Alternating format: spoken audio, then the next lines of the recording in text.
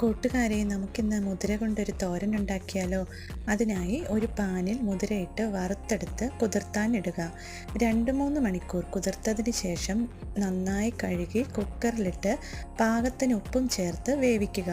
ഒരു പാത്രത്തിൽ വെളിച്ചെണ്ണ ഒഴിച്ച് കടുക് പൊട്ടിച്ച് വെളുത്തുള്ളിയും ഇഞ്ചിയും ചതച്ചതും വറ്റൽമുളകും 3-4 പച്ചമുളകും സവോള കുഞ്ഞതായി എരിഞ്ഞതും കറിവേപ്പിലയും കൂടി നന്നായി വഴറ്റുക.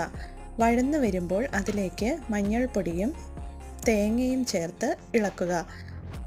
വേവിച്ച് വെച്ചിരിക്കുന്ന മുതിര ചേർത്ത് നന്നായി ഇളക്കി 10 മിനിറ്റ് ലോ ഫ്ലെയിമിൽ കുക്ക് ചെയ്യുക. ടേസ്റ്റിയായ മുതിരത്തോരൻ റെഡി. ഇഷ്ടമായാൽ സബ്സ്ക്രൈബ് ചെയ്യാനും ലൈക്കും കമൻറ്റും ചെയ്യാനും മറക്കല്ലേ കൂട്ടുകാരെ. Thank you for watching.